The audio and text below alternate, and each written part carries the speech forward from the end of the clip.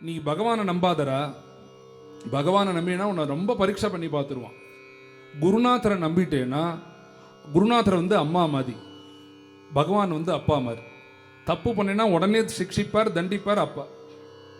அம்மா என்ன பண்ணுவான்னா, நம்ம குழந்தை தானே, இது ஒரு தடவை மன்னிச்சிருவோம், அவனை எப்படியாவது தயார் பண்ணி கொண்டு வந்துடுவோம்னு அம்மா என்ன பண்ணுவான்னா, எந்த அளவுக்கு நம்மள்கிட்ட கருணையை காமிக்க முடியுமோ, நம்ம மேலே கருணையை காமிக்க முடியுமோ அந்த அளவுக்கு காமிப்பார்.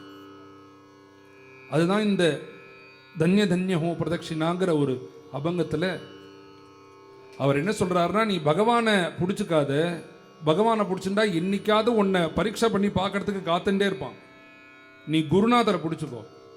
குருநாதரை பிடிச்சிக்கிறதும் எப்படி தெரியுமா பிடிச்சிக்கணும்?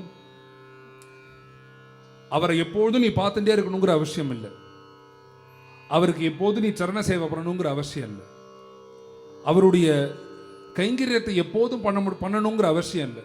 என்ன தெரியுமா பண்ணணும்? குருநாதா, உன்னை தான் நான் நம்பியிருக்கேன், எப்பொழுதும் என்னை காப்பாத்து, நான் உன்னை சேர்ந்தவன்னு குரு பஜனாச்சா மகிமா நகலே. அவருடைய மகிமையை அனுதினமும் நம்ம ஸ்மரிச்சுட்டே இருந்துட்டோம்னா ஆகம நிகமாசி. அவர் ரொம்ப பெரிய விஷயத்த சொல்றார். வேதங்கள் கூட கையை விட்டுடுண்டா, குருநாதர் கையே விட மாட்டார். ஏன் சொல்றார் அப்படின்னா, வேதம் வந்து பகவானுடைய மூச்சு காத்தாக வர்ணிக்கிறது. பகவானே கையை விட்டுடுவான், ஆனா குருநாதரை பிடிச்சுட்டேன்னா கண்டிப்பாக கைவிட மாட்டார். அதனால எல்லாரும் எப்படி குருநாதரை பரிசிக்கிறதுனா, இது மாதிரி இங்க வந்திருக்கிறவா எல்லாருக்குமே ஒரு ஒரு குருநாதர் இருக்கும். ஏதாவது ஒரு மார்க்கத்தில் அவர் குருநாதர் இருப்பார்.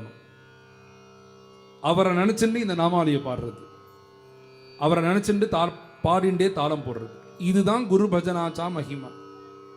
அதனால எல்லாரும் சேர்ந்துட்டு இங்கே வந்திருக்கிறவா எத்தனை குருநாதர் அவர்கள் உங்களுக்கு இருக்கோ அவர்கள் நினச்சிக்கோங்க.